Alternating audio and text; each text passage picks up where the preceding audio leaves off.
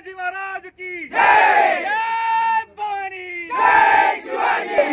माननीय संघर्ष योद्धा मनोज दादा जरांगे पाटिल आज जुन्नर से निकले हैं और नवी मुंबई में जो है आज मिडनाइट तक पहुंचने की चांसेस है, क्योंकि जो हिसाब से कल निकले हैं वो हिसाब से जो स्पीड है और जो एरिया है ज्यादा है, तो उसके हिसाब से हमने सकल मराठा समाज नवी मुंबई और यहाँ का बहुजन समाज उन्होंने बहुत अच्छी तरह से उसकी ये सुविधा ये किया है। बट उसके हिसाब से हमने पालिका प्रशासन को और सिडको को जो लेटर दिया था उसके बारे में उन्होंने हमको अभी तक कुछ भी कांटेक्ट किया नहीं है। तो उन्होंने जो नागरिक सुविधा देना चाहिए, जैसे टॉयलेट्स है, पानी के है, पीने के पानी और उसके बारे में हम कुछ भी पता अब तक पता नहीं है। हम शायद कुछ फोन आया है तो हम अभी दोपहर में उनसे जाके मिलने की कोशिश करेंगे। ऑलरेडी हमने उनसे पत्र व्यवहार किया है, बट हमारी तरफ से जो भी हो सकता है हमने वो सब जो है तैयारी की है।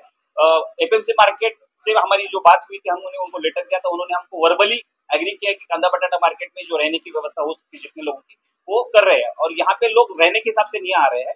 जो मुंबई में जो आजाद मैदान का आंदोलन होने वाला है वो लोग सीधा वही जाने वाले हैं। तो यहाँ पे कुछ लोग आज थोड़ा जल्दी आ सकते हैं, उसके बारे में एक दिन का जो है वो हमने यहाँ पे जो तैयारी है वो किया है। दूसरी बात यह है कि जो आंदोलक आए हैं ये खुद पूरा तैयारी से आए हैं। जो 15 दिन या 20 दिन का जो खाना वगैरह जो है साथ में लेके आए हैं, तो उसका कुछ इश्यू नहीं आने वाला है। जो इश्यू है जो है पानी का, टॉयलेट्स का, ये सब चीजें ये पालिका प्रशासन की या सरकार की जिम्मेदारी होती है कोई भी आंदोलन को ये सपोर्ट करना। बट उसके हिसाब से सिडको या पालिका प्रशासन से हमको अभी तक कुछ भी नहीं। वाशी में रुकने, नवी मुंबई में मनोज दादा जरांगे पाटिल रुकने वाले हैं। जो भी है जगह जगह पे उनका स्वागत होने वाला है। तो हमने जो है वाशी टोल नाके पे है उनके स्वागत की तैयारी की है। और मनोज दादा जरांगे पाटिल जो भी है मिडनाइट या तब आने के चांसेस है। तो वहाँ पे हमारा नवी मुंबई सकल मराठा समाज के तरफ से या जो बहुजन समाज की तरफ से उधर स्वागत होगा और वहां से सीधा मनोज दादा जरांगे पाटिल चेंबूर से लेके आजाद मैदान के लिए निकल जाए। और अभी कैसे कि हम लोग उनका मूवमेंट्स देखेंगे तो हमको थोड़ा पता चलेगा। बट आई थिंक ये जो है रात को 11 या 12 बजे सकता है या शायद वो थोड़ा लेट भी हो सकता है। सकल मराठा समाज नवी मुंबई आयोजन कमिटीच्या वतीनं या ठिकाणी सर्वात अगोदर स्वागत करतो। आपणास कल्पना आहे की संघर्ष योद्धा मनोज दादा जरांगे पाटील हे 29 ऑगस्ट पासून आझाद मैदानामध्ये सुरू होणाऱ्या उपोषणासाठी काल 27 ऑगस्ट रोजी अंतलवारी सराटी या ठिकाणावरून निघालेले आहेत आणि काल रात्रीचा त्यांचा खरं तर शिवनेरीला रात्रीचा मुक्काम होता, परंतु आज सकाळी पहाटे 5 वाजता ते त्या ठिकाणी शिवनेरीला पोहोचलेले आहेत। कारण या रॅलीला अभूतपूर्व असा प्रतिसाद त्या ठिकाणी मिळतोय। लाखो करोडो मराठा बांधव या ठिकाणी प्रत्येक जिल्ह्यातून, गावागावातून, तालुक्यातून त्या ठिकाणी त्यांच्यामध्ये सहभागी होत आहे। आज 28 ऑगस्ट रोजी नवी मुंबईमध्ये संघर्ष योद्धा मनोज दादा जरांगे पाटील यांचं आगमन होणार आहे। नवी मुंबईतून ते आझाद मैदानाकडे थेट जाणार आहेत।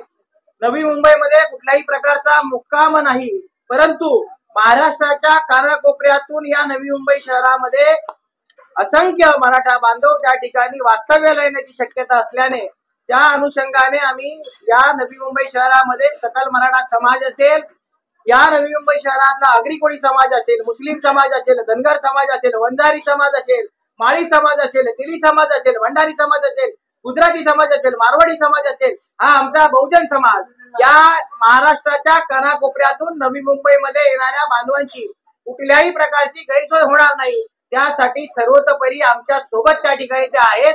आणि त्यामुळे त्या अनुषंगाने आम्ही या नवी मुंबईमध्ये येणाऱ्या बांधवांची या एपीएमसी मार्केटमध्ये राहण्याची सोय केलेली आहे। त्यांची खाण्याची सोय या ठिकाणी आम्ही करतोय, पाण्याची सोय या ठिकाणी आम्ही करतोय। हे सगळं करत असताना एक प्रशासन म्हणून खरं तर लाखोंच्या संख्येने बांधव या नवी मुंबई शहरात येणार याची आम्हाला पूर्व कल्पना होती आणि म्हणून आम्ही ठाणे जिल्हाधिकाऱ्यांना 21 तारखेला त्या ठिकाणी एक पत्र दिलं। या पत्रामध्ये आम्ही उल्लेख केला की या नवी मुंबई शहरामध्ये जे काही बांधव येणार आहेत या बांधवांची कुठल्याही प्रकारची गैरसोय होऊ नये आणि म्हणून त्या संदर्भातले जे आदेश आहेत ते स्थानिक प्रशासनाला आपण त्या ठिकाणी द्यावे। त्यामध्ये महानगरपालिका असेल, सिडको असेल, त्या ठिकाणी पोलीस प्रशासन असेल किंवा ट्रॅफिक त्या ठिकाणी असेल, या सगळ्यांना आपण त्या संदर्भातले आदेश द्यावे अशा पद्धतीचं एक निवेदन आम्ही त्यांना प्रत्यक्ष भेटून 21 तारखेला दिलं होतं। आणि सोबतच आम्ही त्यानंतर महानगरपालिकेला देखील पत्र दिलं, स्थानिक एपीएमसी प्रशासनाला देखील पत्र दिलं आम्ही पोलीस प्रशासनाला देखील पत्र दिलं.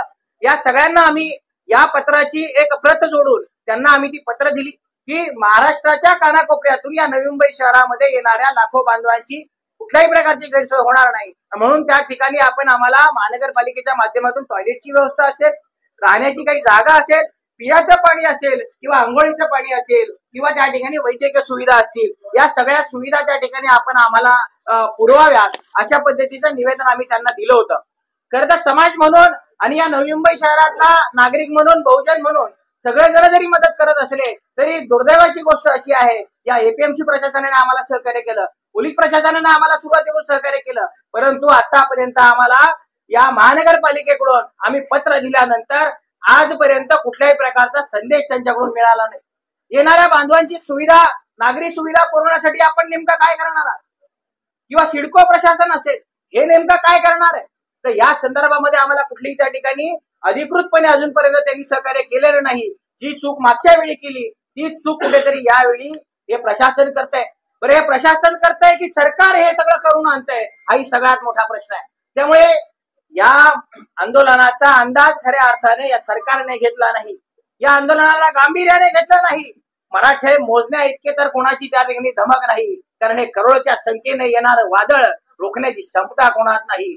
त्यामुळे या लाखोच्या संख्येने ज्या बांधव येतात, करोडच्या संख्येने ज्या बांधव येतात, या बांधवांची नवी मुंबई शहरामध्ये कुठल्या प्रकारची गैरसोय होणार नाही यासाठी आम्ही जरी काम करत असलो तरी या स्थानिक प्रशासनाने आम्हाला सहकार्य करावं अशा पद्धतीची आमची प्रामाणिक भावना आहे. परंतु दुर्दैवाने हे झालं नाही आणि म्हणून या एपीएमसी प्रशासनामध्ये आम्हाला त्या ठिकाणी कांदा बटाटा मार्केटची जरी परवानगी मिळाली असेल, त्या ठिकाणी आम्हाला त्यांनी शब्द तरी दिला असेल की आम्ही तुम्हाला सहकार्य करतो, तरी जर या पालिका प्रशासन आमच्या सोबत उभं राहिलं नाही, ते सिडको प्रशासन आमच्या सोबत उभं राहिलं नाही, तर आम्ही माथाडी नेते आमदार शशिकांत शिंदे यांची भेट घेणार आहोत. त्यांना गळ घालणार आहोत की साहेब, मागच्या वर्षी महाराष्ट्राच्या कानाकोपऱ्यातून आलेल्या बांधवांची आपण ज्या प्रकारे सोय केली, प्रत्येक मार्केटमध्ये त्या ठिकाणी जेवणाची व्यवस्था होती, पाण्याची व्यवस्था होती, टॉयलेटची व्यवस्था होती, अशाच पद्धतीचं सहकार्य आपण आम्हाला यावेळी देखील करावं.